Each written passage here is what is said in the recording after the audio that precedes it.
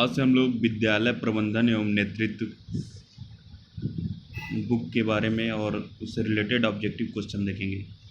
ठीक है, चलिए शुरू करते हैं। ये सिर्फ गाइडेंस के लिए होगा, इसमें सारे आंसर ये नहीं है कि सारे आंसर करेक्ट ही हो इस बुक में। ठीक है, बस ये आपको गाइड करेगा और फिर आपको बुक मतलब आप अपने से सेल्फ बुक स्टडी जरूर कीजिएगा इसको पढ़ने के बाद। इससे आपको ये पता चल जाएगा कि इम्पोर्टेंट क्वेश्चन कैसे पेपर में पूछा जाएगा। ठीक है, चलिए शुरू करते हैं। शिक्षा प्रशासन में शिक्षण तथा सीखने की प्रक्रिया से संबंधित लक्ष्यों एवं नीतियों के विकास को प्रोत्साहित करने वाली सुविधाएं निहित है। किसका कथन है ये? कैंपबेल व अन्य। शैक्षिक प्रशासन के कौन से आधार हैं? देखिए, शैक्षिक उद्देश्य, मनोवैज्ञानिक तथा सामाजिक आधार, ये इसका करेक्ट आंसर होगा। शिक्षा में भारत में शैक्षिक प्रशासन के क्षेत्र में व्यवस्था है विकेंद्रित। क्या? विकेंद्रित। चलिए आगे देखते हैं। किसने कहा शैक्षिक प्रशासन एक ऐसी सेवा करने वाली गतिविधि है जिसके माध्यम से शैक्षिक प्रक्रिया के लक्ष्य प्रभावशाली ढंग से प्राप्त किए जाते हैं? कौन थे? फॉक्स, विस, रफनर। कौन? फॉक्स, विस, रफनर। चलिए आगे देखते हैं।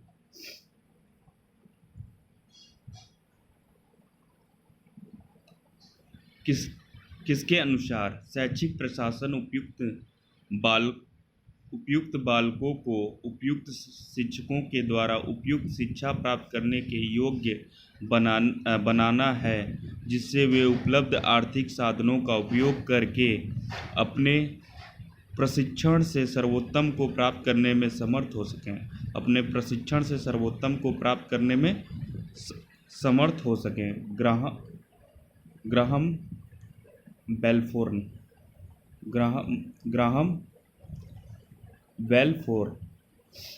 बेलफोर याद रखिए। किसने कहा था शैक्षिक प्रशासन?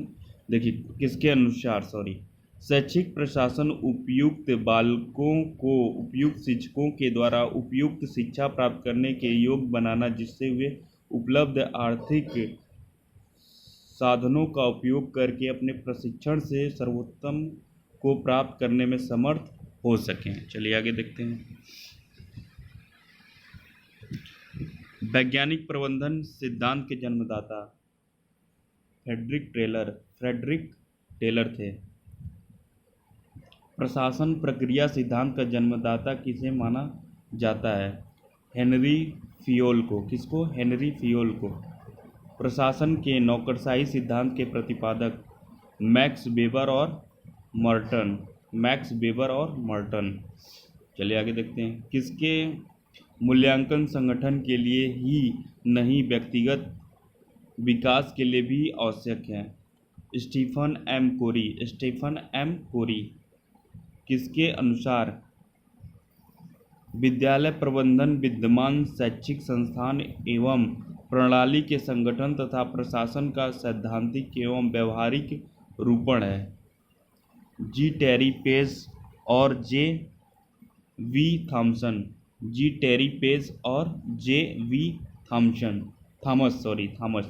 वी थॉमस याद रखिएगा। किसके अनुसार विद्यालय प्रबंधन शैक्षिक सिद्धांतों का अंग है, जो अनेक सिद्धांतों व विधियों का सम्मिश्रण है? यह मुख्य रूप से कक्षा प्रक्रिया की तकनीकी से जुड़ा है। किसका है ये? पॉल मुनरो का। किसने कहा था? Paul Munro. चलिए आगे देखते हैं। किसके अनुसार विद्यालय प्रबंधन शैक्षिक सिद्धांतों का अंग है, जो अनेक सिद्धांतों व विधियों का सम्मिश्रण है? यह मुख्य रूप से कक्षा प्रक्रिया की तकनीकी से जुड़ा है। Paul Munro. प्रशासन की नीति के रूप में किसने लिया? प्रशासन की नीति के रूप में किसने लिया? प्रोसे। चलिए आगे देखते हैं। 20 ईयर्स के अनुसार 20 ईयर्स के अनुसार शिक्षा की प्रशासनिक क्रियाएं हैं। 5 क्रियाएं हैं। शैक्षिक प्रशासन की प्रकृति कला व विज्ञान दोनों है। आईवे रीड महोदय ने सामान्य प्रशासन को कितने भागों में बांटा है? 5 भागों में। शैक्षिक प्रशासन का उद्देश्य है शिक्षण साधनों की व्यवस्था करना, योग्य कर्मचारियों की नियुक्ति करना, शैक्षिक हेतु समुचित वातावरण तैयार करना, उपयुक्त सभी। शैक्षिक प्रशासन वस्तुओं के साथ साथ मानवीय संबंध की व्यवस्था से संबंधित है। यह परिभाषा किसने दी थी? S.N. मुखर्जी। उपयोगिता की दृष्टि से शैक्षिक प्रशासन है मानवीय संबंधों का विकास करता है, शैक्षिक प्रक्रिया को गति देता है, समग्र रूप से कार्य करता है। ये सभी। लूथर गुलिक ने शैक्षिक प्रशासन के कार्यों को कितने भागों में बांटा है? 7 भागों में। कितने भागों में? 7 भागों में। मोहिलमन ने शैक्षिक प्रशासन के कार्यों को कितने भागों में बांटा है? 2 भागों में। नेचर ऑफ एडमिनिस्ट्रेटिव प्रोसेस के लेखक J.B. सीयर्स। कौन थे? J.B. सीयर्स। पोस्ट कार्ब यानी POSDCORB पोस्ट कार्ब फार्मूला किसने दिया था? चलिए देखते हैं किसने दिया था। लूथर गुलिक ने दिया था। किसने दिया था? लूथर गुलिक ने दिया था। हेनरी फियोल ने व्यक्तिगत अनुभव के आधार पर शैक्षिक प्रशासन के कार्य बताए हैं।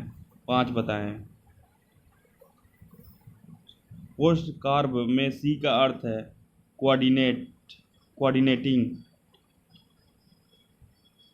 किसने कहा था प्रशासकीय के कार्यों में संगठन एवं प्रशासन संबंधित सभी कार्य निहित होते हैं? निहित है लूथर गुलिक।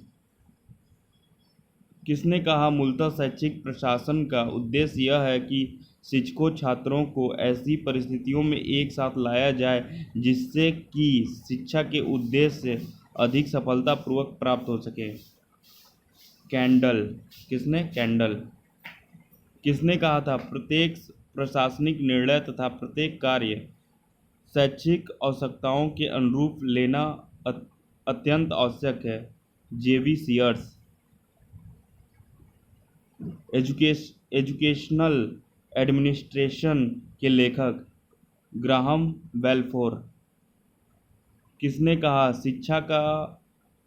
शैक्षिक प्रशासन का अर्थ है छात्रों के विकास को निर्धारित उद्देश्यों की ओर मोड़ना, शिक्षकों का साधन के रूप में प्रयुक्त करना तथा संबंधित जन समुदाय के उद्देश्यों तथा उनके प्राप्ति के साधनों की ओर प्रेरित करना? मार्क्स और रॉस। मार्क्स तथा रॉस। किसने कहा प्रबंधन का यह लक्ष्य है कि ठीक छात्र को ठीक प्रकार से शिक्षक से राज्य की वित्तीय परिस्थिति के अनुसार ठीक शिक्षा मिले? ग्राहम बेलफोर का। हेनरी फियोल ने प्रबंधन में कितने तत्वों को स्वीकार किया है? कितने तत्वों को स्वीकार किया है? 5 तत्वों को। कितने? 5। किसके अनुसार प्रबंधन प्रशासन द्वारा निर्धारित उद्देश्यों, लक्ष्यों और नीतियों की क्रियान्वित करता है? Oliver Seldon. प्रबंधन को गतिशील और जीवनदायक तत्व किस विद्वान ने माना? Peter F Drucker. नियुक्तियां और नियंत्रण कौन सा क्षेत्र करता है? प्रबंधन किस प्रक्रिया के अंतर्गत आते हैं? तीनों में आएंगे। नियोजन करना, व्यवस्था करना, प्रशासन करना, ये सभी होंगे। शिक्षा की प्रशासनिक क्रियाओं में सम्मिलित किया जाता है नियोजन एवं संगठन, निर्णयन, रिपोर्टिंग व मूल्यांकन, निर्देशन, समन्वय, नियंत्रण, ये सभी होंगे।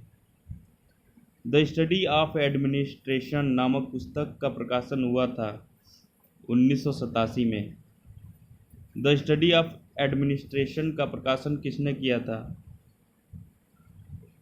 Woodrow Wilson.